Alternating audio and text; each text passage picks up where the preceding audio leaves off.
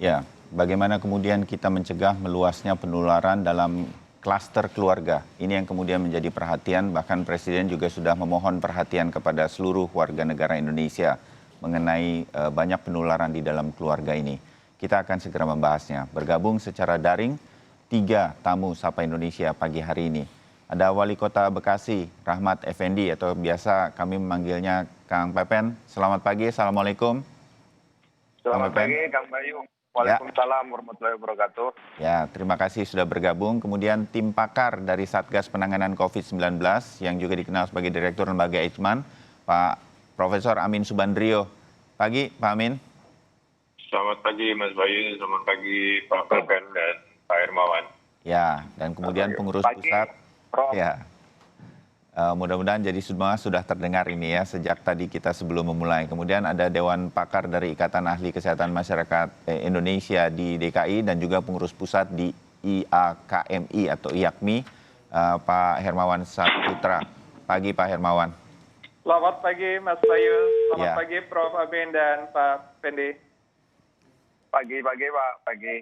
Ya, nah sekarang kalau situasi seperti saat ini mungkin kita harus banyak perhatian begitu mengenai COVID-19.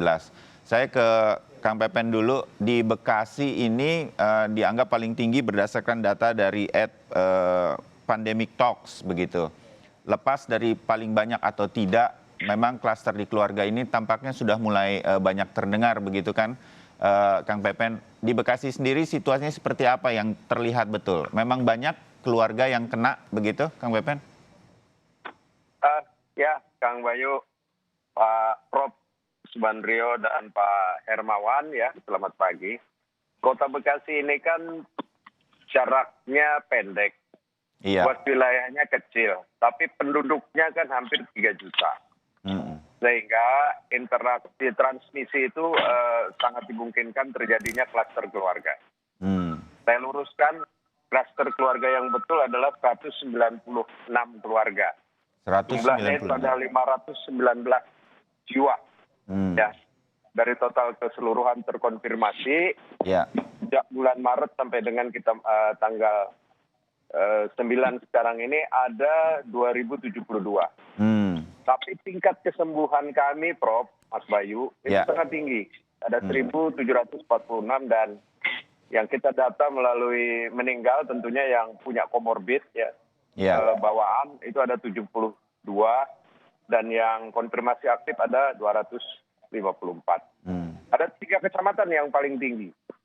Kecamatan Utara, Timur, dan Barat. Ya. Nah, transmisi klaster keluarga ini didapat dari keluar daerah mereka. Terutama pada saat kita ketemukan dulu, awal pertama klaster keluarga itu dia pulang dari Wonokromo, dia pulang dari Malang, dia pulang dari Makassar. Itu awal kita ketemukan.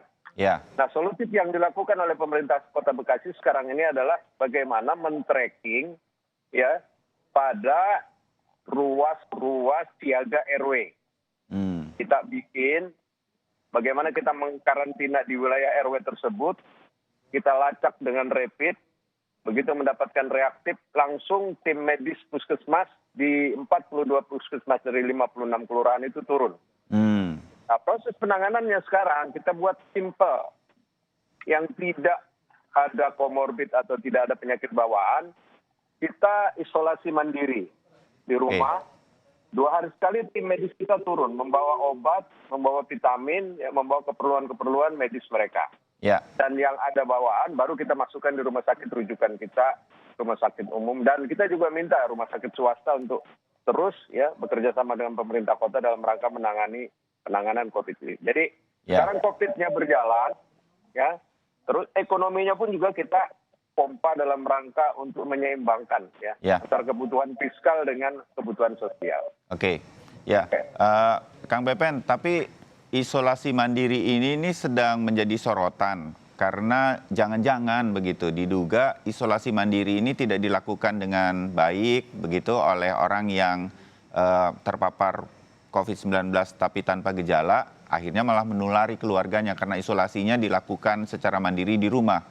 Ini juga diperhatikan, Kang Pepen? Ya, Jadi gini, Mas Bayu, kami ini desain kerja by system, desain kerja by surat tugas dan laporan. Jadi kami sampai saat ini sudah 38.232 menggunakan PCR. Sudah hampir 60 ribuan. 60.722 kita menggunakan rapid. Padahal yang dianjurkan oleh WHO itu 1% dari jumlah penduduk. Ya. Kalau kita 3 juta berarti 30.000. Kita udah 60.000 lebih. Artinya memang kita ini ngejar. Kita ini men-tracking. Ya, Bekasi salah satu yang mengejar untuk kapasitas pengecekan ini secara massal ya, Kang Pepen ya. Ya.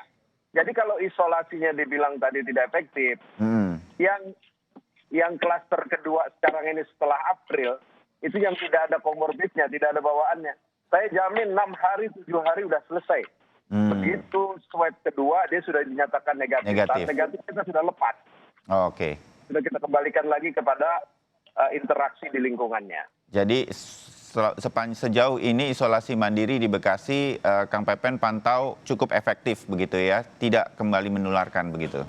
Oke, saya ke Pak Hermawan dulu. Pak Hermawan, berkaitan dengan isolasi mandiri ini, bagaimana sebagai dugaan bahwa kemudian jadi klaster keluarganya jadi bertambah? DKI mau menerapkan tidak boleh isolasi mandiri. Jadi kalau ada yang terpapar tanpa gejala akan di Wisma Atlet kan begitu, sudah disiapkan tower-towernya. Pak Hermawan.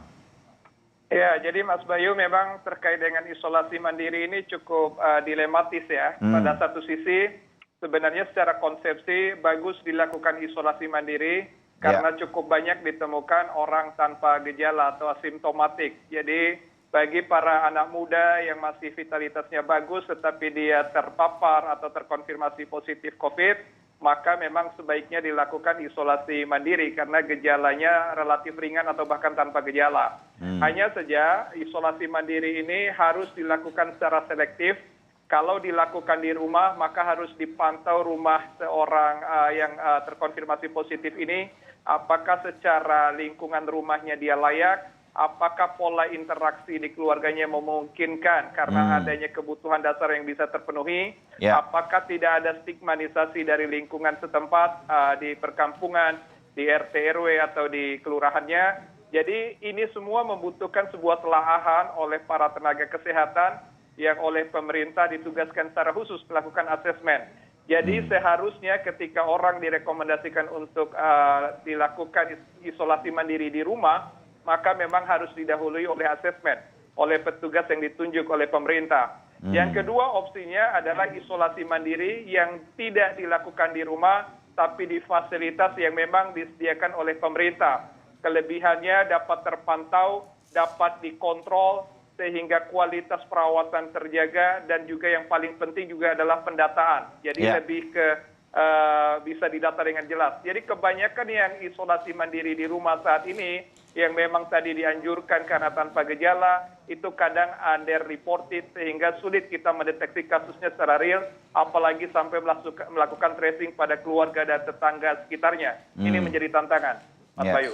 Ya, sebagai wawasan kita semua, kalau kita OTG, orang tanpa gejala terpapar COVID-19, seperti apa persyaratan minimal saja Pak Hermawan yang bisa kita lakukan, dan rumah kita juga termasuk sebagai rumah yang mungkin bisa dilakukan isolasi mandiri. Persyaratan dasarnya apa yang harus kita perhatikan?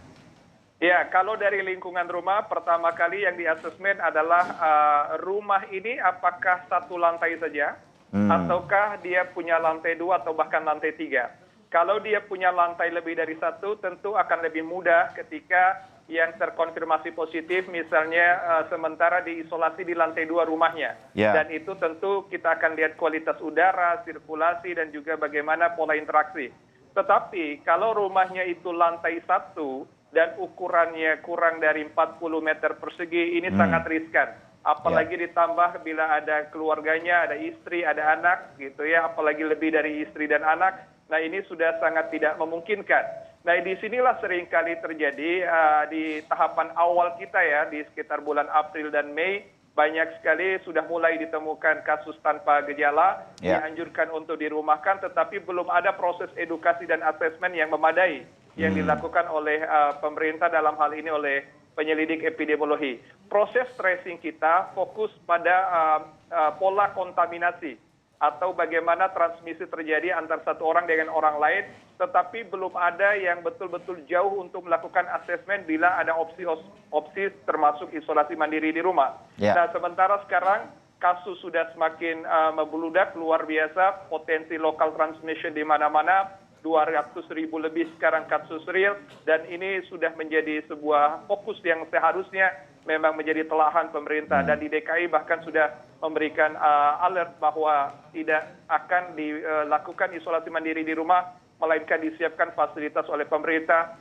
seperti wisma atlet yang dialihfungsikan, dan boleh jadi akan ada wisma atlet lainnya untuk menambah kapasitas pelayanan dan perawatan. Ya, oke. Saya ke Pak Amin. Pak Amin, dengan disampaikan oleh Presiden Jokowi pada hari Senin lalu bahwa klaster keluarga ini akan diminta untuk menjadi perhatian. Berarti ini memang sudah menjadi perhatian juga dari Satgas COVID-19. Pak Amin, apa yang akan dilakukan?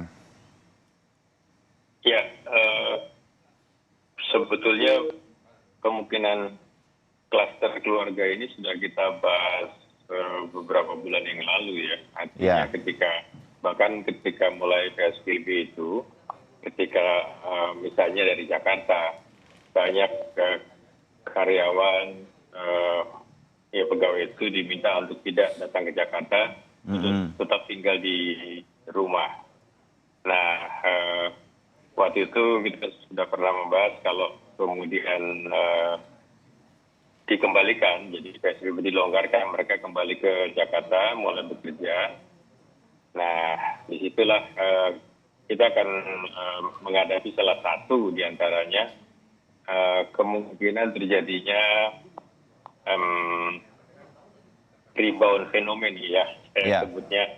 Jadi yang tadinya sudah bagus, kemudian mengumpul lagi di tengah Jakarta, di tempat mereka bekerja, tempat mereka masuk di transportasi. Nah, problemnya adalah ketika mereka kembali ke rumah, apakah mereka sudah siap untuk itu? Ya, jadi kita melihat tadi ini sumbernya nih, karena kita kan bicara source control dulu nih. Kenapa terjadi di rumah? Karena sekarang orang-orang yang di rumah sudah mulai bekerja. Ya. Dan ketika mereka pergi bekerja, dari transportasi sampai tempat bekerja, pulang lagi di transportasi sampai ke rumah, kita bisa memahami betapa tinggi risikonya mereka tertular. Nah, sampai di rumah kalau mereka tidak mengambil tindakan-tindakan yang sifatnya preventif ya, untuk mencegah jangan sampai orang di rumah tertular dari orang yang kerja itu. Orang kerja mungkin sehat-sehat saja, tapi mereka pulang ke rumah itu bawa oleh-oleh soalnya, baik di bajunya, di mukanya, dan di tangan dan sebagainya. Nah, precaution seperti itu yang mungkin lupa kita ingatkan kepada masyarakat, level keluarga. Kita lebih banyak bekerja di luar, di pasar, di tempat keramaian dan sebagainya. Tetapi yang menggarap di rumah mungkin perlu kita tingkatkan saat ini.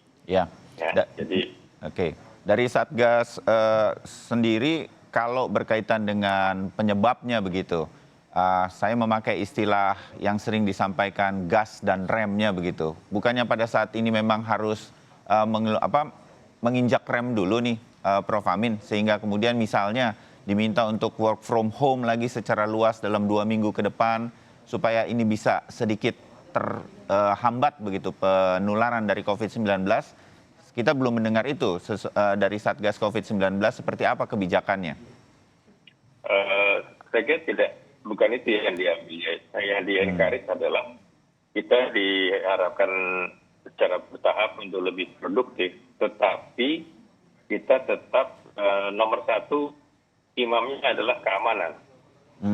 Jadi antara dua itu, produktif dan aman, kita mesti dulu aman dulu. Ya, nah seringkali kita sudah lupa nih ketika kita diminta untuk produktif, maka amannya terlupakan. Ya. Orang dia bekerja nggak pakai masker, tidak cuci tangan lagi, tetap berkerumun. Jadi 3M itu terlupakan. Nah kalau itu terus-menerus bisa dilakukan, insya Allah kita bisa mengurangi. Tentu nanti kita juga mesti punya satu tindakan ya khusus untuk memberi pemahaman yang baik kepada tingkat keluarga. Bagaimana kalau orang datang ya menerima tamu atau kita bertamu, menerima orang dari luar, apakah dia petugas apapun ya, petugas listrik, petugas sensus, petugas apapun yang datang ke rumah, kita mesti perlakukan dengan hati-hati. Oke. Pak Hermawan, Anda cukup setuju dengan apa yang kemudian disampaikan Prof. Amin dari Satgas COVID-19? Ini kita harus himbau lagi soal keamanan. Saya rasanya sejak bulan Maret kita sudah terus menghimbau memakai masker saja, sampai sekarang seperti enggan orang memakai masker. Pak Hermawan? Ya, memang ini sudah menjadi multifaktor ya belakangan ini, karena sudah masuk bulan ke-7 sudah COVID ada di Indonesia. Tetapi memang menarik kita bahas tentang keluarga ini, Mas Bayu. Kalau kita lihat paling awal sekali kasus 1 dan 2 kita tanggal 2 Maret 2020 dulu juga, itu kan satu keluarga sebenarnya. Satu keluarga ya. Nah, langsung dilakukan tracing dan akhirnya muncul klaster-klaster yang mulai melebar. Kemudian mulai terjadi mobilitas antar satu daerah ke daerah lain. Sebenarnya klaster keluarga ini klaster yang paling tua sejak awal itu sendiri. Dan termasuk yang sebenarnya eksis sampai sekarang. Nah, hanya saja sekarang menjadi lebih masif karena adanya pembukaan semua sektor kehidupan ya. Dengan istilah adaptasi kebiasaan baru, seolah-olah kita semua menjadi merdeka untuk bermobilitas dan beraktivitas. Maka itu sekarang ini tidak lagi seorang kepala keluarga saja yang keluar rumahnya, bahkan hampir seluruh anggota keluarga itu kadang keluar dari rumah, mungkin kepentingan belanja, mungkin kepentingan arisan, kepentingan hajatan, bahkan ada satu keluarga yang kadang wisata sekarang ini.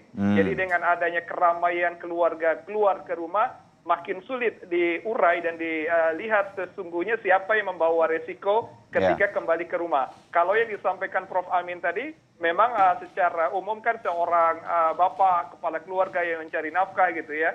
Tapi dengan perkembangan terbaru, dibukanya PSBB yang tidak lagi optimal, melainkan transisi, nah ini memungkinkan banyak anggota keluarga yang keluar rumah dan akhirnya membuat keluarga-keluarga yang lain juga dalam resiko. Ada usulan Pak Hermawan bagaimana kita mengatasi ini? Ya tentu ini yang kita sebut dengan community based inisiatif ya. Upaya yang berbasis komunitas ketika peran aparatur kelurahan, RT, RW, tokoh masyarakat, tokoh agama untuk peduli lingkungan satu sama lain, sekaligus melakukan early detection. Apakah ada di antara keluarga itu yang betul-betul pernah terkontaminasi dekat dengan penderita COVID. Nah, oleh karena kalau misalnya dilakukan deteksi awal, pada level komunitas ini bahkan bisa disiapkan rumah khusus yang memang diisolasi mandiri oleh warga dalam tanda kutip. Jadi secara berkelompok warga bahu-membahu agar ada anggota warganya yang bila ada yang terkonfirmasi maka dilakukan isolasi mandiri, kemudian dipenuhi semua kebutuhannya dan bahkan dipisahkan dari lingkungan keluarga dan lingkungan masyarakat sementara waktu. Ini pola-pola yang sudah dikembangkan sebenarnya sejak awal. Kami juga memberikan masukan ini ke beberapa pemerintah daerah dan beberapa pemerintah sudah mengadopsi seperti di Jawa Barat, Jawa Tengah, dan ada konsep macam-macam tuh, ada desa siaga kah, atau desa tangguh, atau kampung tangguh. Di Jawa Tengah juga Mas Ganjar Pranowo juga desa istilah Jawanya itu Joko Tangguh misalnya gitu ya. Nah hal-hal ini sebenarnya bentuk community based inisiatif yang memang seharusnya inilah yang kita butuhkan. Upaya primary prevention seperti ini harus kita perkuat, meningkatkan kesadaran, kesabaran, sekaligus juga daya tahan komunitas dan individu menghadapi COVID-19 ini, Mas Bayu. Ya, oke. Bisa dilakukan semacam ini di Bekasi misalnya, Bang Pepen? Ya, tadi apa yang disampaikan oleh Pak Hermawan sebenarnya itu sudah kami lakukan sejak awal. Kami menemukan di 29 Maret. Saat satu kami ketemukan positif, ya. Tapi itu pun hasilnya, ya, 1 minggu setelah kami dapat hasil dari Litbangkes. Nah, makanya di awal April kami menggunakan ya PCR, beberapa PCR termasuk di rumah sakit umum. Jadi memang dari awal objek ya lokusnya kami ambil pada karantina wilayah di tingkat RW. Oh. Ya. Kami masukkan juga sudah di karantina masuk lagi kepada RW siaga. Jadi memang kami sudah preventif pada hal itu. Jadi kalau sekarang diketemukan klaster keluarga, itu memang preventifnya sudah dari awal. Makanya tadi saya bilang ada dari Wonokromo, ada dari Malang. Nah, itu interaksi itu yang kita pantau terus. Dan yang tidak kalah pentingnya memberikan pemahaman kepada masyarakat bahwa COVID ini bukan aib. Nah, ini yang awal-awal sampai dengan perjalanan sekarang kan, kalau orang kena COVID dianggap aib. Nah, tim medis kita sekarang ini dari puskesmas, kelurahan, ya, men-tracking, ya, memberikan penjelasan. Tadi juga dari Pak Hermawan, dari Prof. Amin juga pada kapasitas tempat yang memadai. Nah, kalau tempat yang tidak memadai seperti yang disampaikan tadi, kami ambil langsung bawa ke rumah sakit umum. Ada 117 fasilitas di sana. Di stadion kami sediakan juga, di belakang saya ini ada 100 ya yang sudah kami lengkapi dengan berbagai fasilitas. Nah, kalau syaratnya tadi ya lingkungannya baik dalam satu keluarga itu, kami berikan isolasi. Nah, 3 hari atau 2 hari, paling lama 3 hari, tim dokter ini datang. Ya, sampai dia melakukan swab dan dinyatakan negatif, baru kami kembalikan lagi kepada lingkungan semula. Jadi di Kota Bekasi apa yang disampaikan tadi sudah kami jalani. Alhamdulillah kami bisa mengendalikan kota ini langsung berbatasan dengan DKI. Ya, ekonominya jalan, inflasinya 0,01%, tapi COVID-nya juga kita rem sedemikian rupa. Itu memang berkat pemahaman dan kerjasama. Oke, ya, dalam menghadapi COVID-19 ini memang sosialisasi jadi penting, himbauan harus terus dilakukan. Saya ingin dengar juga dari Satgas COVID-19 nanti, dari pemerintah Kota Bekasi juga, dari para tenaga kesehatan, apa yang kemudian harus kita sampaikan berkaitan dengan upaya-upaya kita untuk memahami, memberikan pemahaman pada masyarakat sampai sekarang ini belum 100% betul-betul bisa terjadi, misalnya menggunakan masker. Kami akan kembali dengan apa yang kemudian harus dilakukan untuk mencegah klaster keluarga ini makin terus bertambah. Kami segera kembali.